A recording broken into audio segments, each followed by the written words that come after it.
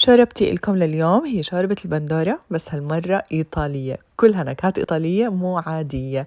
أول شي رح نشوي الخضار، عندي بندورة وبصل وثوم، رح نرش عليهم زيت زيتون، فلفل أسود وملح، ندخلهم الفرن لحتى يتحمروا ويستووا.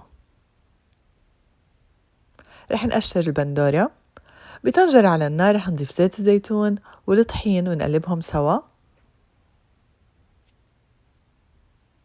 وشوي شوي بننزل مرقة الدجاج أو مرقة الخضار بالتدريج مع التحريك المستمر. رح ننزل الخضار فوقهم ورب البندورة، وأهم شي ورق الريحان الفريش، ونقلبهم شوي مع بعض. بعدين رح نضيف ساور كريم أو لبنة ونخلطهم مع بعض بالخلاط، نغليهم شوي. آخر شي رح نضيف شوية كريمة، وأهم شي كمان رشة البارميجان.